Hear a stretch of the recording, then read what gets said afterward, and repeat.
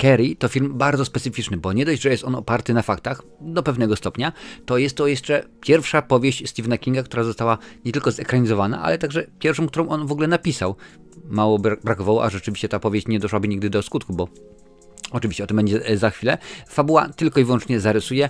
Carrie w tejże roli oczywiście Sissy Spacek, genialna, nominowana do Oscara za tęże rolę, wchodzi w dorosłość, jest dziewczyną, kobietą, wchodzi w dorosłość, no i przy okazji odkrywa, że ma w sobie możliwości telekinetyczne, tak, potrafi przesuwać, wpływać na rzeczy różnego rodzaju swoimi zdolnościami, tak, mentalnymi, tylko i wyłącznie. No i zaczyna się dziać, bo rzeczywiście koleżanki w szkole nie są najmilsze dla Carrie, no i więcej nie będę rzeczywiście mówił, bo chyba nie ma po co. Film z 76 roku w reżyserii Briana De Palmy, rzeczywiście no jest to już klasyk w tym momencie. Postaram się na to odpowiedzieć dzisiaj, bo jak już mówiłem, w roli głównej Sissy Spacek, w rolę jej matki, bardzo naprawdę zakręconej, bardzo kobiety religijnej, Piper Laurie. Obie panie były nominowane do Oscara, co jest zabawne, bo akurat Piper Laurie wycofała się z aktorstwa przed tym filmem i 15 lat w ogóle nie brała udziału w żadnych filmach, żadnych przesłuchaniach i tak dalej. Ale co mnie zaskoczyło w tym filmie, bo kiedy przygotowywałem się do dzisiejszej recenzji, poczytałem troszeczkę i okazało się, że jak mówiłem wcześniej, film jest oparty na faktach, a przynajmniej postać Carrie jest oparta na faktach, bo mam oczywiście ciekawostki z IMDb, będę się nimi posługiwał. Carrie została zainspirowana dwiema dziewczynami, które Stephen King obserwował w szkole podstawowej oraz średniej. W swoim wstępie do nowego wydania Carrie, King nazwał je Tiną White i Sandrą Irving, aby pośmiertnie nie splamić ich imion, ponieważ nie wszyscy zgadzają się z tym, co zrobiła Carrie. Tina była bardzo osobliwą dziewczyną, która pochodziła z bardzo osobliwej rodziny. Jej matka nie była religijną wariatką, jak matka Carrie, była wariatką, fanką gier, loterii, która prenumerowała czasopisma dla osób, które brały udział w konkursach i dziewczyna miała jedną tylko i wyłącznie zmianę ubrań na cały rok szkolny, a wszystkie inne dzieci z niej się z tego powodu naśmiewały. Więc jak łatwo możesz popatrzeć, odnieść analogię do Carrie, no to rzeczywiście tutaj to się wszystko zgrywa. W szkole Tina była cicha, siedziała w tylnym rzędzie i zawsze była prześladowana, ponieważ miała, jak już mówiłem wcześniej, tylko ten jeden zestaw ubrań, a kiedy w końcu dostała nowy ubiór i była z niego bardzo dumna, prześladowania oczywiście nie ustały. Drugą dziewczyną była Sandra, która mieszkała ulicę dalej od domu, w którym dorastał King i była wychowana przez samotną matkę. Kiedy 16-letni King pomagał matce w przenoszeniu mebli, uderzył go ogromny krzyż wiszący nad ich kanapą. Sandra była również unikana przez swoich rówieśników z powodu napadów padaczkowych, miała epilepsję i dziwnego ubioru. Niestety żadna z tych dziewcząt nie dożyła 30 roku życia z powodów, których nie mogę z oczywistych względów przytoczyć. Więc Stephen King wziął te dwie postacie, skomasował je, sprawił, że powstała nam Carrie. Dodatkowo to, jakich ludzi poznawał, jakich mamy w tym filmie, to jest akurat skutek tego, że pisząc tęże powieść, King pracował w pralni przemysłowej, no i akurat kilka jego osób, które tam znał, z którymi współpracował, to rzeczywiście są odniesienia do swoich współpracowników i muszę powiedzieć, że to mnie bardzo może nie tyle zaskoczyło, bo Stephen King jest znany z tego, że wiele rzeczy, które on akurat pisze, to mają odzwierciedlenie w życiu. No, akcja książki dzieje się w stanie Maine, jak większość rzeczywiście produkcji Kinga. Tutaj akurat troszeczkę zmieniono, przeniesiono to do innego stanu, żeby to rzeczywiście wyglądało w miarę ładnie, sensownie i ciekawie, ale jak już mówiłem, to jest wszystko oparte na faktach. Niebywałą rolę w tym filmie oczywiście odgrywa religia, bo rzeczywiście matka Carrie, no jest naprawdę, jest fanatyczką religijną, nie fanką, ale fanatyczką. To rzeczywiście widać po tym, co się dzieje w tym filmie. Bardzo dużo jest symboli religijnych, począwszy oczywiście od różnego rodzaju rzeźby, przez obrazy, czytanie Biblii i tak dalej, więc tutaj rzeczywiście King poszedł dalej. No oczywiście nie tylko King, bo to jest Brian De Palma, on jest reżyserem tego filmu, ale rzeczywiście no taki był wzór, tak? Książka to była podstawa, więc muszę powiedzieć, że bardzo tutaj jest zagrane i zresztą nie jest to pierwszy i ostatni raz. Jest to pierwszy i ostatni raz, jeżeli chodzi o Kinga. Pierwszy na pewno, ostatni nie, gdzie w jego powieściach rzeczywiście odgrywa motyw religijny bardzo ważną rolę, ale to w tym momencie jakoś tam nam ustawiało, tak, percepcję, dokąd będziemy zmierzać, jak to się będzie działo. Zresztą ten film miał ogromny wpływ na środowisko Hollywoodu, na to, co rzeczywiście przez najbliższe kilka lat mieliśmy dostawać, no bo to rzeczywiście jest oczywista oczywistość. Film nie aż tak bardzo, jak właśnie powieść Stephena Kinga, nawiązuje do jego późniejszej twórczości, inaczej późniejsza twórczość nawiązuje do tego filmu, do tej książki, bo rzeczywiście to ma ręce i nogi i wtedy rzeczywiście to się wszystko zgrywa, no ale tutaj było bardzo, bardzo poważnie i rzeczywiście aktorzy się bardzo oddawali temu, co się dzieje, no bo wiadomo, że Sissy Spacek, genialna aktorka, naprawdę świetna, nieważne czy to mówimy właśnie o Carrie, o Dziewczynie Górnika, czy o filmie, który powstał wiele, wiele lat później, czyli Prosta historia, Straight Story Davida Lyncha, ona zawsze była cudowna. W ogóle podczas kręcenia, końcówki, można było powiedzieć, filmu, czyli tej sceny balu, przyczepa Spacek była zaparkowana zaraz za planem. Po pokryciu sztuczną farbą dla celów ciągłości Spacek odmówiła zmycia tejże farby. Zamiast tego zdecydowała się spać w swoich ubrudzonych ubraniach przez 3 dni filmowania. Więc poświęcenie konkretne, poświęcenie totalne. Zresztą sama aktorka, kiedy miała iść na przesłuchanie do tego filmu, bo akurat taki był rzeczywiście pomysł, zadzwoniła do Briana De Palmy, bo akurat jej mąż był bodajże odpowiedzialny za scenografię i mówi: słuchaj Brian, albo przyjdę do ciebie na przesłuchanie, albo pójdę na zdjęcia do reklamy. Mogę zarobić $10,000, rok 76, więc ogromne pieniądze. No i spodziewała się, że Brian De Palma powie: tak, chodź do mnie, naprawdę świetnie będzie, zobaczysz, a on powiedział: nie, idź lepiej na zdjęcia do reklamy. Po czym Sissy Spacek się wkurzyła, zdenerwowała, siadła, przeczytała od A do Z całą książkę i następnego dnia, tak jak ona sobie wyobrażała, Carrie ucharakteryzowała się, poszła na przesłuchanie i rzeczywiście dostała tęże rolę. Ale poświęcenie było dosyć konkretne i dosyć rzeczywiście poważnie do tego aktorka podeszła. Sam film w sobie oczywiście, oprócz oczywistych aspektów religijnych, bo jeżeli będziesz go oglądać uważnie, zwróć uwagę na przykład na postać, która jest w tej szafie, do której zamyka właśnie matka, zamyka Carrie, to ten gentleman przebity strzałami i tak dalej, to nie jest Jezus, to zresztą sam reżyser powiedział, że to nie jest, ale zwróć uwagę na oczy jego i na oczy na obrazach religijnych, które się pojawiają w tym filmie. One są bardzo wymowne, rzeczywiście one bardzo dużo mają sugestywnych ujęć, nawet można powiedzieć, że one świecą akurat w tej konkretnej scenie, pozostałe są na przykład ciemniejsze, no to rzeczywiście jest zagrywka bardzo ważna, oraz dodatkową rolę, no bo tutaj Carrie wchodzi w wiek dojrzewania, tak, ona staje się kobietą, zresztą jedna z pierwszych scen, ta, która ma miejsce oczywiście zaraz po treningu w szatni dziewczyn, no jest bardzo sugestywna, wiele aktorek powiedziało, że nie zagra, nie wystąpi w ten sposób, bo nie pokażą się bez ubrania, ale Brian De Palma, proszę bardzo, Sissy Spacek już tę rolę, tę scenę nagrała, tylko ona rzeczywiście była wtedy w szatni, nikogo innego nie było. Wtedy okej, no w porządku, no bo mamy kilka znanych aktorek, o tym będzie oczywiście jak najbardziej za chwilę. Ale właśnie ten cały motyw, jeżeli popatrzysz na tylko i wyłącznie tę scenę, już abstrahuję od tego, że w jaki sposób są pokazane kobiety, zwróć na przykład uwagę na prysznic, na samą końcówkę prysznica, wygląd i tak dalej. No nie będę odkrywał w tym momencie Ameryki, mówiąc, że Stephen King, no najzdrowszy na umyśle nie jest. Bo jeżeli popatrzysz na jego twórczość na przestrzeni dziejów, nieważne, czy mówimy o okresie, kiedy tworzył sam, czy okresie, kiedy rzeczywiście tworzył pod wpływem używek, albo już nawet z tymi używkami miał problemy, to akurat ta warstwa naszego życia intymna bardzo, nie zawsze akurat w dobry sposób, wystarczy przypomnieć sobie, że chociażby w adaptacji to, nieważne o której adaptacji mówimy, szereg scen z udziałem dzieci był pominięty, no bo rzeczywiście nie nadało się do przeniesienia, a tutaj rzeczywiście kilka aspektów przeniesiono w pewien sposób, no i to wszystko sprawia, że oglądając ten film, bo oglądałem go zaledwie kilka dni na potrzeby tej recenzji, już na początku czułem taki niepokój, czułem się bardzo nieswojo, mimo że to naprawdę nie jest nic dziwnego, tak, dorastanie, czy to u mężczyzn, czy u kobiet, właściwie u chłopaków i u dziewczyn, no to rzeczywiście jest sprawa, z którą no ja jako facet oczywiście, że się zaznajomiłem, bo jestem facetem i też to przeżywałem, więc tak to akurat to jest. Jeżeli masz podobne zdanie, daj suba i włącz dzwonek z opcją wszystko, wtedy jest szansa, że YouTube poinformuje cię o każdej nowej recenzji, a tych jest sporo na tym kanale.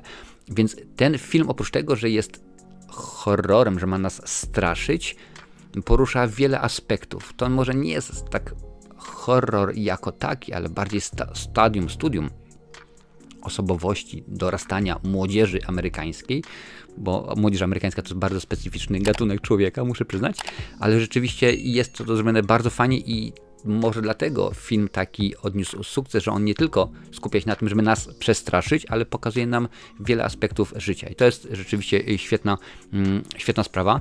I mówiłem wcześniej o tym, że Sissy Spacek grała w tej scenie i tylko i wyłącznie cały czas te same ciuchy przez 3 dni, bo rzeczywiście chciała. Więcej powiem, podczas kręcenia sceny, w której panna Collins krzyczy na te dziewczyny za to, co zrobiło oczywiście Carrie i mówi albo postąpić tak, jak ja powiedziałam, ustaliłam z dyrektorem, albo nie idziecie na bal.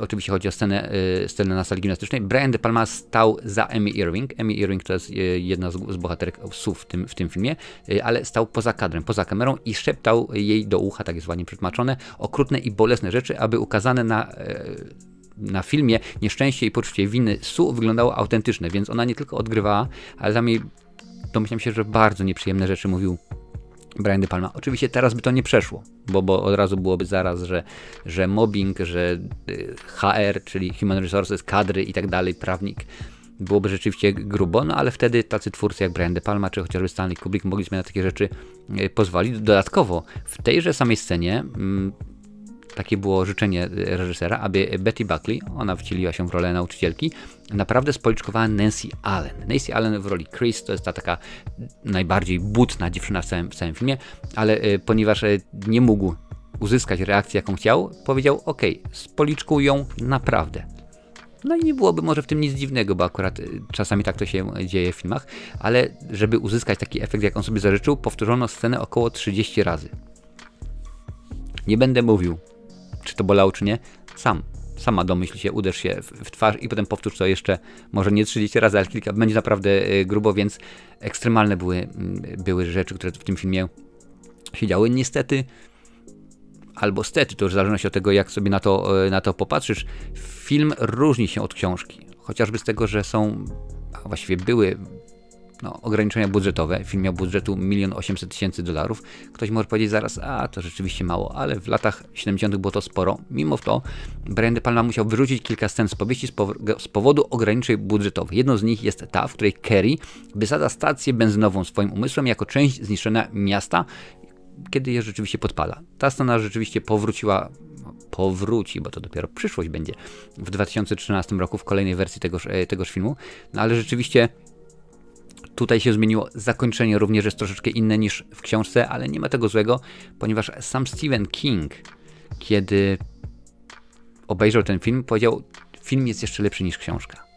Bardzo często widzowie się w trakcie odcinków na żywo pytają: Marcin, a który rzeczywiście film na przykład jest lepszy niż książka? To jest bardzo rzadkie. Ja akurat książki Stephena Kinga nie czytałem, no ale skoro sam autor mówi: tak, ten film jest lepszy, bardziej mu się podoba to i tamto, no to rzeczywiście trzeba mu uwierzyć. No i akurat tak to się udało. Akcja finałowa, można było powiedzieć, tak? Ta scena balu, no bardzo znana jest już to scena i według Sue Snell, oczywiście w tejże roli Amy Irving, jak już mówiłem wcześniej, dowiadujemy się w kolejnym filmie, czyli w Carrie 2 Furia. Jest to film z 1999 roku. Na balu maturalnym Carrie rozprawiła się z 73 osobami, więc rzeczywiście bardzo, trzeba powiedzieć, w powieści potwierdzono, że było to tylko 11 osób uciekło z balu maturalnego, ale rzeczywiście dosyć poważna sprawa i ten film, można by powiedzieć, jest inny, bo on nie jest tak do końca horrorem, bo aż tak bardzo nie straszy. Fajnie, w porządku. Bardzo powoli się rozkręca, co jest jak dla mnie świetną sprawą, ponieważ to też pamiętasz, że znak czasu, że to mówimy o filmie, który w przyszłym roku będzie miał 50 lat. A to rzeczywiście bardzo, bardzo dużo, ale to jest znak czasu, że całkowicie inaczej się wtedy filmy kręciło, inaczej się wtedy rzeczywiście filmy robiło. Teraz nie wiem, czy by to przeszło. Rzeczywiście, w tym momencie 2025 rok jest, mamy bodajże 4 filmy o Carrie. Zobaczę za czas jakiś, jak one rzeczywiście się zmieniały, bo były robione na przestrzeni czasów, no i może okazać się, że rzeczywiście technika i sposób zmienił się do tego stopnia, że twórczość jest bardzo, bardzo, bardzo inaczej kręcona, no ale to już akurat zobaczymy, jak to będzie rzeczywiście się działo. Mówiłem wcześniej o tym, że Sissy Spacek się bardzo poświęciła, ale to nie była jedyna rzecz. W ogóle ona gra 16-latka, ma już prawie 30 lat, ale kiedy Sissy Spacek przygotowała się do roli, odizolowała się od reszty zespołu, ozdobiła swoją garderobę bogatą ikonografią religijną i studiowała ilustrowaną Biblię Gustawa Dor. Studiowała mowę ciała ludzi kamieniowanych za grzechy, zaczynając lub kończąc każdą scenę w jednej z tych pozycji. Więc widzisz, do jakiego stopnia to doszło. Ja wiem oczywiście, że ktoś może powiedzieć, a przecież popatrz się, Robert De Niro jeździł taksówką, żeby przygotować się do roli w filmie Martina Scorsese. Pewnie, że tak. Heath Ledger zamknął się w hotelu, w pokoju i przygotował się do roli Jokera. Można, rzeczywiście jak najbardziej, ale to nie każdy aktor, nie każda aktorka na to jest gotowa. Dodatkowo, aby pozostać Carrie, Sissy Spacek celowo unikała kontaktów towarzyskich z innymi aktorami i aktorkami na planie i poza nim. Pozostawała w swojej przyczepie lub chowała się w kącie gdzieś za planem. Ponadto, zanim to się stało, ostrzegła innych aktorów, że chociaż ich kocha, uwielbia z nimi pracować, będzie ich unikać, aby móc pozostać Carrie w roli, a oni szanowali to i powiedziała ona im po prostu, będziemy się świetnie bawić, jak już skończymy, ale teraz póki co ja jestem Carrie, więc rzeczywiście to nie może być w ten sposób i to widać, no 76 rok, nominacja do Oscara. Ktoś może powiedzieć, no co to są Oscary? No teraz Oscary są przyznawane najlepiej rozreklamowanym filmom, ale wtedy rzeczywiście były to Oscary, miały wagę, rzeczywiście miał odpowiednik i jeżeli obejrzysz film, a mam nadzieję, że skoro oglądasz tę recenzję, to do tego dojdzie, to zobacz sobie, jaka jest rola Carrie. Ona oczywiście jest inna. Dzisiaj pewnie nie miałaby szans na nominację do finalnie Oscara. Nie została ani ona nominowana za rolę pierwszoplanową, ani Piper Laurie nominowana za rolę drugoplanową, za rolę matki. Ale rzeczywiście jest to bardzo wyrazista postać, pięknie, jakkolwiek dziwnie by to nie zabrzmiało, ale pięknie jest to zagrane. Wiesz, mamy na początku takie brzydkie kaczątko, dziewczynę zahukaną, bo teoretycznie to, co się dzieje w filmie, to nie jest nic dziwnego dla nas teraz. Nawet tam jest taka scena, kiedy nauczycielka i dyrektor mówi, że popatrzcie, w dzisiejszych czasach, żeby ktoś nie wiedział, czym jest dorastanie, no nie możemy sobie z tym pogodzić się. Ale jeżeli weźmiesz poprawkę na to, że jej matka to jest w pewnym momencie, no nie boję się użyć tego słowa, fanatyczka, no to rzeczywiście zgadza się i to potwierdza tylko i wyłącznie, że warto rozmawiać, jakkolwiek by to nie zabrzmiało, nawet taki był program w telewizji którejś tam. Więc rzeczywiście tutaj pokaz siły jest super. Mamy to brzydkie kaczątko i ona rzeczywiście stopniowo się rozwija i nawet jak w książce troszeczkę jest inaczej, bo w książce ona jest, Carrie jest opisana jako brzydka już z pryszczami i tak dalej, jakieś włosy takie niespecjalne, a tutaj Sissy Spacek, która była królową balu w swojej szkole, na swoim balu maturalnym, uznawana jest za ładną, ale akurat nałożyć na nią powiedzmy jakieś takie obwisłe ciuchy, niekoniecznie malowana, nawet pani nauczycielka mówi, jesteś ładną dziewczynką, tylko sobie daj włosy do tyłu, może troszeczkę jakieś tam maskary, szminki i będzie pięknie. Więc rzeczywiście z tego zahukanego dziewczęcia, które kiedy zagaduje do niej chłopak w bibliotece, ucieka do królowej balu, no oczywiście widać, że ona jest ładna, piękna i że ona tuż przed sceną finałową jest rzeczywiście, stała się tu kobietą. To jest fajna droga taka, wiesz, od dziewczynki na WF-ie do kobiety pełną gębą, więc rzeczywiście jest to dobrze, ale nie wszyscy podchodzili do tego w ten sposób. Piper Laurie, o której mówiłem już wcześniej, czytając scenariusz, nie wiedziała, o co chodzi. Nie zrozumiała w ogóle, dopiero później pogadała z Brianem De Palmą, on jej wyjaśnił, ale ona ciągle grała tę rolę tak, jakby to był komediodramat. Jakby to była komedia po prostu, bo ona nie widziała tego w ten sposób i stwierdziła, to jest komedia. I dopiero gdy obejrzała już film, wersję finalną, to powiedziała, tak, teraz ja już to rozumiem. Podobnie było z Nancy Allen, która właśnie gra Chris, tą wredotę, a także z jej facetem. W tej roli bardzo młodziutki wtedy jeszcze John Travolta. Nancy Allen stwierdziła w jednym z wywiadów, że nie zdawała sobie sprawy, że jej postać będzie tak zła, dopóki nie zobaczyła gotowego filmu. Uważała, że ona i John Travolta grają tak egocentrycznych, kłótliwych idiotów, że byli tam jako komiczna, to się nazywa comic relief, czyli po prostu jako komiczna odskocznia. No ale akurat okazało się, że rzeczywiście było inaczej. No, ale dała radę, naprawdę to potem już wielka też kariera, bo trzeba przecież pamiętać, że Nancy Allen to jest chyba w sumie najbardziej znana z roli w filmie Robocop, gdzie partnerowała Murphy'emu, no ale rzeczywiście fajny początek kariery, fajna rola. Tam się bardzo dużo zmieniało. Zresztą jak to możesz się domyśleć, w Hollywood mamy przy okazji powiedzmy obsadzania roli, głównej. Za chwilę przeczytam listę aktorek, które były brane pod uwagę, które były zainteresowane właśnie rolą. To jest po prostu ogromna ilość, ale to, jak Sissy Spacek podeszła do tematu, nie tylko ona, bo też Amy Irving również, ona się akurat wcieliła w rolę Sue, jak już mówiłem wcześniej. W ostatniej scenie filmu wybuch Amy Irving tak przeraził jej prawdziwą matkę Priscilla Pointer, która w tym filmie nomen omen zagrała jej matkę, że krzyknęła Amy zamiast Sue. Więc jeżeli uważnie obejrzysz ten film, to możesz zwrócić uwagę nie co prawda na dźwięk, ale na ruch ust, ponieważ matka oczywiście nigdy nie widziała córki w takiej histerii i z troską wykrzyknęła jej prawdziwe imię. Jednak głośna muzyka końcowa zatłuszowała ten błąd. Więc tutaj rzeczywiście możesz zwrócić uwagę, no ale to musisz pewnie na stopklatce gdzieś zobaczyć. Film w ogóle jest dostępny na Amazonie. Ja wrzucę w opisie, także w przypiętym komentarzu link. Możesz ten film obejrzeć sobie i sprawdzić, czy po niespełna już 50 latach rzeczywiście film dalej pokazuje klasę. A co do aktorek, które były zainteresowane lub tak naprawdę chciano je. Linda Blair, znana przecież z filmu Egzorcysta, była przesłuchiwana do roli Carrie, ale odrzuciła tę rolę, bojąc się, że zostanie zaszufladkowana.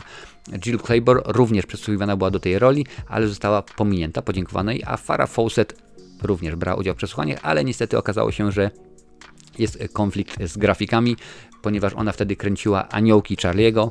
Pewnie, że tak, no i akurat nie mogła tutaj wystąpić, a lista aktorek, które były brane pod uwagę, bądź chciały w tym filmie wystąpić, jest ogromna. I teraz przeczytam Ci przez najbliższe 58 godzin, będę czytał, kto był brany pod uwagę. Linda Blair, Melanie Griffiths, Debra Winger, Kathleen Turner, Kai Lenz, Angelica Houston, Carol Kane, Catherine Hicks, PJ Souls, Jane Seymour, Christine Lahti, Jessica Lange, Sigourney Weaver, Meryl Streep, Bernadette Peters, Margot Kidder, Diane West, Cindy Williams, Glenn Close, spokojnie, jeszcze 20 godzin, Jill Clayburgh, Farrah Fawcett, Sondra Locke, Nancy Allen i Amy Irving. Wszystkie one były brane pod uwagę do roli tytułowej, do roli Carrie. Oczywiście Nancy Allen, Amy Irving i PJ Souls ostatecznie w tym filmie wystąpiły, ale już nie jako Carrie, jak najbardziej.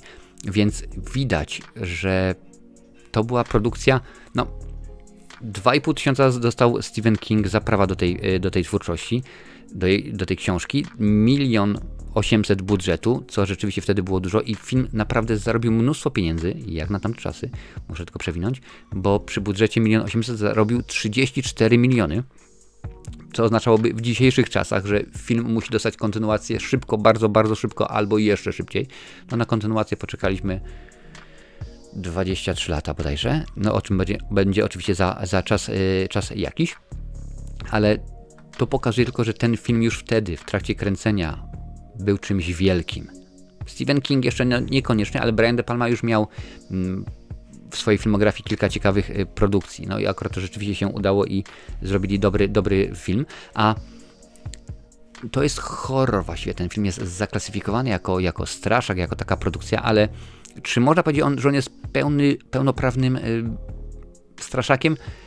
Ja bym się tak naprawdę niekoniecznie się z tym zgadzam, bo film ma niesamowity klimat. Rzeczywiście ogląda się go bardzo dobrze i to, co się reżyserowi świetnie udało, mówiłem Ci już na początku, że kilka scen było, kiedy czułem się nieswojo.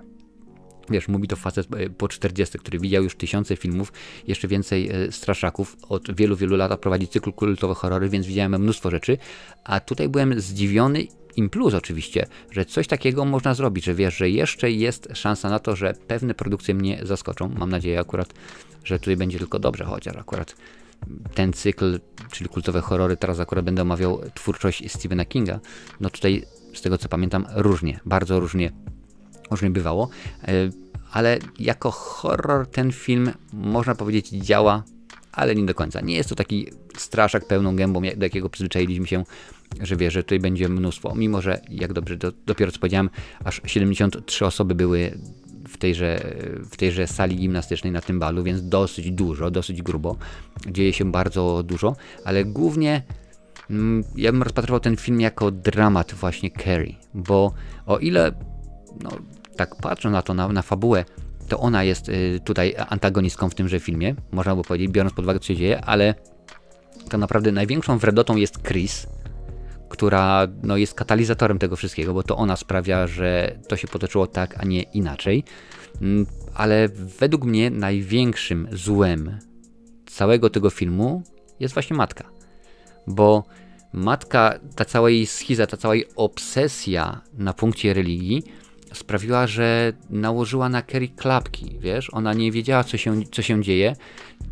Mądra dziewczyna, jak najbardziej, bo potem się dowiadujemy, że matka mówi, tak, to jest dzieło złego i w ogóle. On mówi, nie, to nie jest dzieło złego, proszę bardzo, byłam w bibliotece, czytałam na ten temat, to jest po prostu dar, to są po prostu rzeczy, to jest telekineza, nie jestem tylko i wyłącznie ja na całym świecie, są inni ludzie, którzy robią to, tamto, siamto i wam to, więc rzeczywiście Carrie była mądrą dziewczyną i pewnie gdyby dać jej szansę, to ona wyrosłaby na piękną, inteligentną kobietę, no ale przez to, jakie właśnie okowie jej matka na nią rzuciła, Carrie niestety jest tym, kim jest bardzo postacią tragiczną, trzeba byłoby rzec. Ja wiem, że ona oczywiście tutaj no, nie jest finalnie najmilszą osobą, ale według mnie to nie ona jest złem wcielonym w tym filmie, tylko rzeczywiście matka. To matka po prostu jest wszystkiego wina, nawet nie ta Chris, która wylewa na niej wiadro czerwonej farby, to po prostu matka jest wszystkiemu winna i muszę powiedzieć, że ten akcent jest świetnie nałożony, bo tak on w pewnym momencie oglądamy film,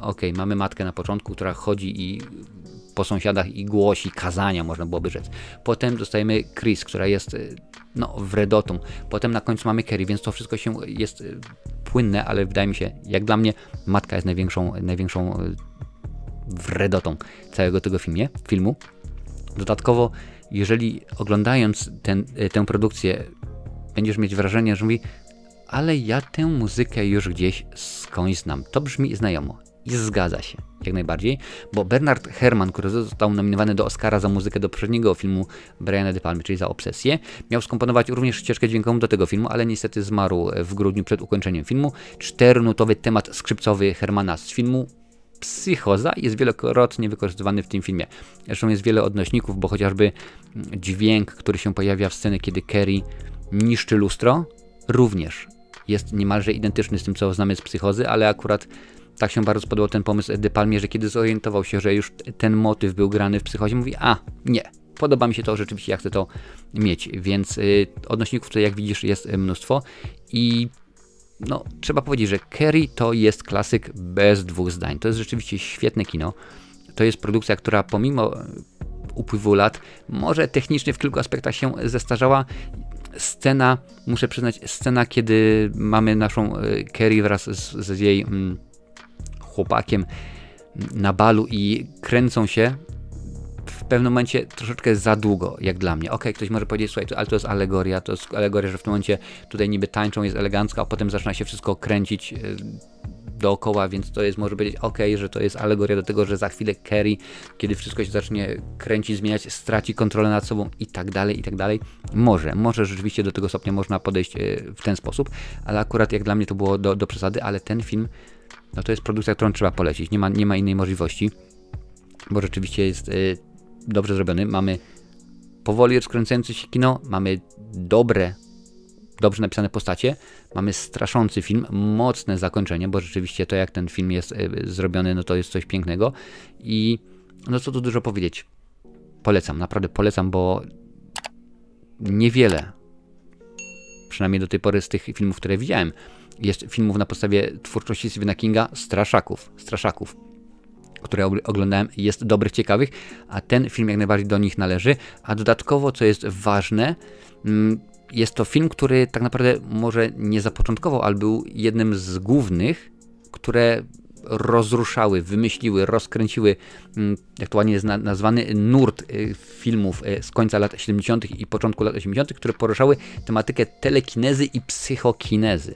Wiadomo dokładnie, że kiedy coś działa w Hollywood, no to automatycznie robimy tego więcej. To nie tylko jedna wytwórnia, ale od razu wiele ich i ma tak robić. I tak było przy okazji tej produkcji, bo były to m.in. oczywiście nie wszystkie, ale Carrie 76, potem 78 to Furia, potem 82 to Nadawca, Podpalaczka, Skanerzy, Dotknięcie Meduzy, Ruby, Jennifer, Patrick, Martwa Strefa, The Kirlian Witness i tak dalej, i tak dalej. O parodiach już akurat nie będę wspominał, a kiedy tworzysz film i potem jest on kopiowany, powielany, naśladowany, no to jest to rzeczywiście najlepszy sposób uznania no co tu dużo mówić, jeżeli coś robisz i potem ktoś to kopiuje, ktoś to powiela, bo popatrz się, bo Brian De Palma zrobił dobrze, to my możemy albo zrobić to lepiej, albo inaczej, albo krótko mówiąc możemy na tym zmonetyzować, tak?